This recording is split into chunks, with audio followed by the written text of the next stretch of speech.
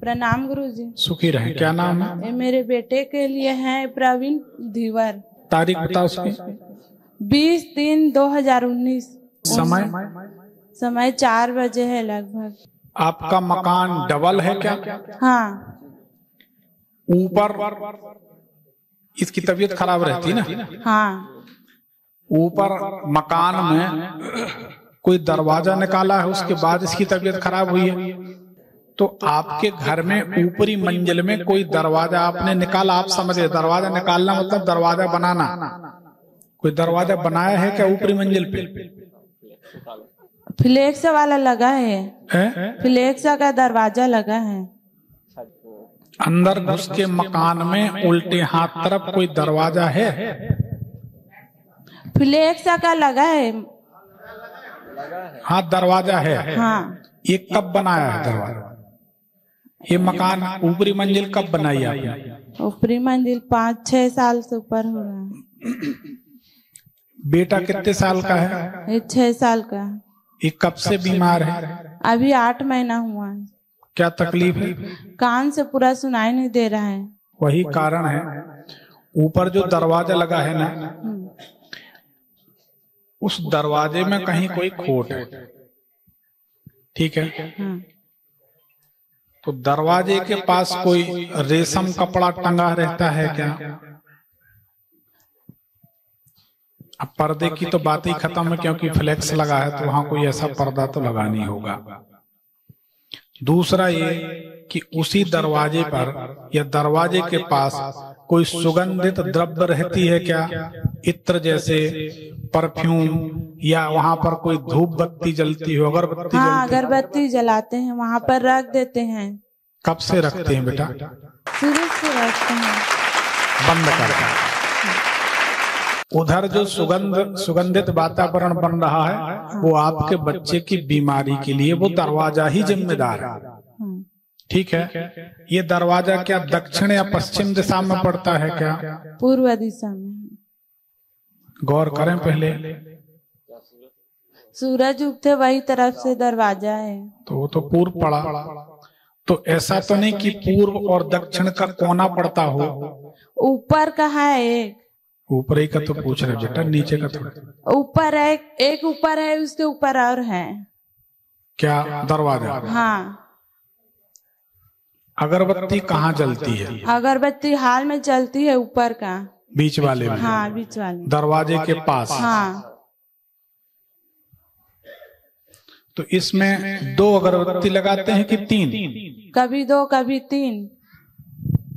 ये बंद कर दो। यहाँ पर सुगंधित द्रव्य नहीं होना चाहिए। हम तो ये कहते हैं कि इस दरवाजे को ही बंद कर दो। या तो सज्जा है ऐसे बंद तो, नहीं। हाँ, बंद नहीं कर सकते ना। हाँ। ठीक है, वहां अगरबत्ती लगाना, सुगंधित द्रव्य रखना बंद कर दो। ठीक है? दूसरी बात, इसी दरवाजे के पास या दरवाजे के बगल में कहीं कोई आईना लगा है क्या, चेहरा देखने का? आईना होता ना जिसमें चेहरा देखते हैं। पहली लगे रही से, यही तोड़ दी से फिर निकाल देना। अरे तोड़ दीस तो तोड़ दीस, पहले बता तो दे। पहली लगे रही ना गुरुजी, लगे रही से लगा था। हाँ, दरवाजा जस्ट सामने नीचे। वहाँ आईना मत लगा। वहां पर सुगंधित द्रव्य, रेशम का कपड़ा और आईना, ये 3 चीजें आपके बच्चे के रोग के लिए जिम्मेदार है। ठीक है? तो ये ध्यान रखो। दूसरी बात, कोई ब्राह्मण, बनिया या अग्रवाल मित्र का आना बार बार घर में होता है क्या? हाँ। आज ही आए थे। इन बहुत करीबी व्यक्ति हैं क्या? नहीं, इनको थोड़ा दूर रखा करो। ठीक है ना? जी। कौन है? वो ऐसी मतलब प्रचार है, घर घर जाके मांगते थे ना, वही रोज आते हैं। जो मांगते हैं? हाँ, मांगते हैं। वैसे भी ये बात कहनी नहीं चाहिए, पर बोलना पड़ रही है, मजबूरी में, जरूरी है।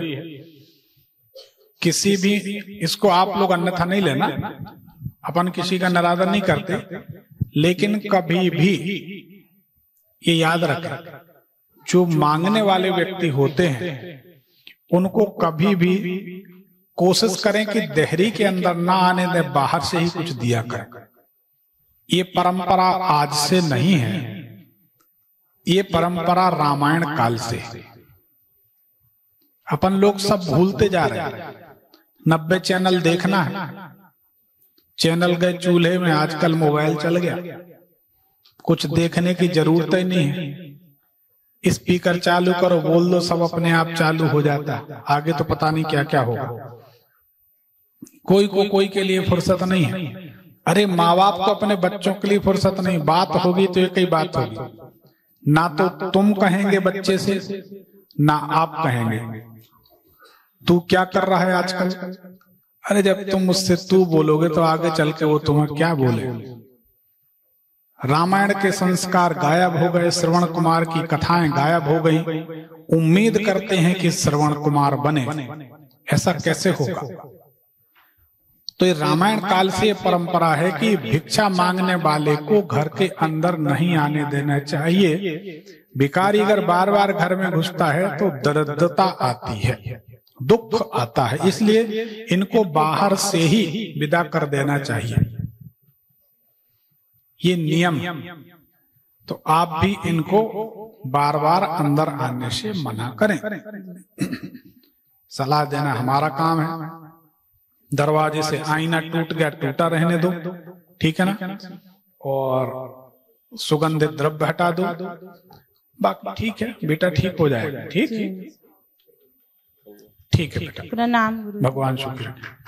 चलिए, बहुत बहुत धन्यवाद।